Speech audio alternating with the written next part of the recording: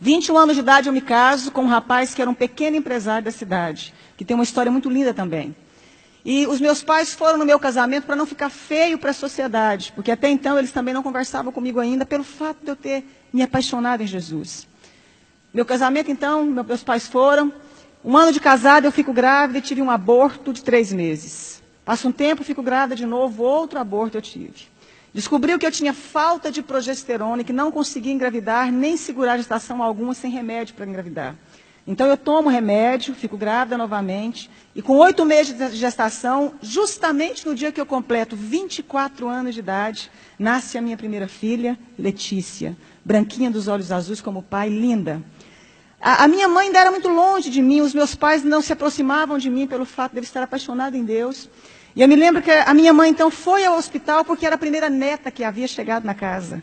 E neto quebranta muito o coração dos nossos avós, dos pais, né? Mamãe foi no hospital e eu me lembro que eu pensei assim, que coisa boa, que bom que a minha mãe veio aqui agora me ver a netinha, né? E eu lembro que quando a minha mãe chegou, passados uns 10 minutos, pediram a minha menina, a enfermeira me pediu a neném para dar banho na neném e me devolver para me ter alta. A minha mãe, então, sai do quarto, chama a minha mãe, entrega a neném, passa um pouquinho, a minha mãe sai do quarto, chamaram também meu marido, e eu fiquei sozinha. E eu ainda falei assim para Deus, que bom que nada teve que acontecer, porque a minha mãe agora voltou a falar comigo.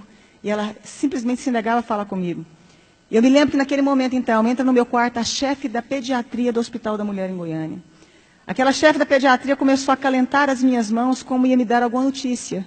Ela disse, mãezinha, acabou de acontecer uma fatalidade. A sua filha acabou de cair do braço da enfermeira e veio a óbito. Minha primeira filha caiu do braço da enfermeira e veio a óbito. É muito fácil você levar um bebê para casa, mas você levar um caixão é muito difícil, minha querida.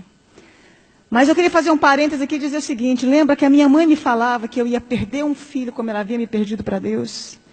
E eu fazia uma oração que Deus fizesse o que fosse preciso para encontrar o coração da minha família e se revelar a eles. A minha mãe não falava comigo, isso me doía muito. Quando então eu recebo a notícia, a minha mãe já havia recebido a notícia na porta do hospital. A minha mãe sobe as escadarias do hospital, entra no quarto e começa a gritar, filha, me perdoa. Filha, eu queria que você tivesse perdido um filho para as drogas, para o mundo lá fora, mas não nessa fatalidade. A minha mãe começa a abraçar as minhas pernas, beijar as minhas pernas. Mas foi a primeira vez que eu vi a minha mãe dizer que me amava. Foi a primeira vez que ela me deu colo. Foi a primeira vez que a minha mãe teve tempo de dizer que eu era especial e importante para ela. Foi a primeira vez que ela pôde ouvir porque eu havia escolhido caminhar com Jesus. E houve então ali um momento de restauração, de perdão entre eu e minha mãe. Os meus pais voltaram a falar comigo. Eu mandei fazer um exame do corpo da minha filha porque eu já tinha tido alguns abortos. 30 dias depois chegou o laudo do exame. Eu descobri que a minha filha havia nascido sem cálcio e sem glicose. A Letícia jamais iria andar e teria convulsões simultâneas. E a minha médica fala para mim, adota um filho porque você não pode mais ser mãe. Mesmo com os remédios, sua filha veio com problema. E eu disse que eu acreditava num Deus capaz de mudar a nossa vida, a nossa história, a nossa sorte. Um ano depois eu dei à luz a uma criança linda, perfeita e sadia chamada Angélica. Faz 11 anos mês que vem. 3 anos depois dei à luz a Annelise, tem 8 anos hoje. Mas 3 anos dei à luz ao Cirino Júnior. Todos perfeitos e sadios. Se eu acabasse aqui a minha história, você já poderia dizer que esse Deus é maravilhoso. Eu fui impedida de fazer faculdade porque eu apaixonei em Jesus. Eu lembro que eu escutava uma frase muito comum, que eu ia casar com um pé rapado e com um Zé Ninguém. Com um homem sem futuro, porque não existiam pessoas prósperas no meio que eu convivia. Me casei com meu esposo, ele era um pequeno empresário de fato. Veio o plano real naquela época, os meus pais perderam tudo. A minha irmã, que doutorou na Itália, foi trabalhar, não deu conta de exercer a profissão dela. Os meus irmãos todos ficaram desestruturados junto com os meus pais. E Deus levanta o meu marido com grande prosperidade. Deus começou a honrar um rapaz que até hoje tem a 4ª série colegial. E é considerado o maior empresário no ramo de carro no estado de Goiás. Deus começou a honrar o meu esposo de uma forma sobrenatural. Eu que não tive como me formar, fazer o meu curso superior. Comecei, então, a pedir a Deus que me ensinasse a mexer com o nosso ramo de atividade. Então, comecei a trabalhar com carro com meu marido. Hoje nós temos um grupo de 4 empresas de carro.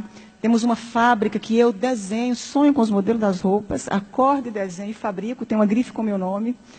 Né? E como se não bastasse, comecei a fazer programa de televisão falando de Deus. Falando de como sai de crise. Falando de como superamos os momentos difíceis da vida. E aí, autodidata ainda, Deus achou que não estava bom, me fez virar escritora. Tenho 35 livros escritos, 7 deles editados, né? E sou presidente também de uma ONG chamada Mulheres que Fazem a Diferença. Eu pude entender algo na minha vida, que quando a gente acha que a gente não é ninguém, e que não tem como mais resolver a nossa história, existe um Deus capaz de fazer um milagre na sua vida. Existe um Deus capaz de mudar toda a sua história. Para terminar, os meus pais, quando perderam tudo, vieram trabalhar para nós. Meu pai trabalhou como meu motorista há muito tempo. Agora eu dei um caminhão para ele trabalhar na cidade do interior, cuidando de frete. A minha mãe é a chefe da minha fábrica. Os meus irmãos um tempo trabalharam conosco. Todos eles vieram trabalhar conosco. Deus, meu pai um dia chorando me disse, um dia eu te disse que Deus mudasse a sua história. Mas eu não imaginava que eu fazia parte dela. E eu quero dizer uma frase para você. Dentro do nosso tema. A pessoa que é covarde, ela não tenta fazer nada na vida. O fracassado, ele não termina. E o vencedor não desiste. Você nasceu para vencer.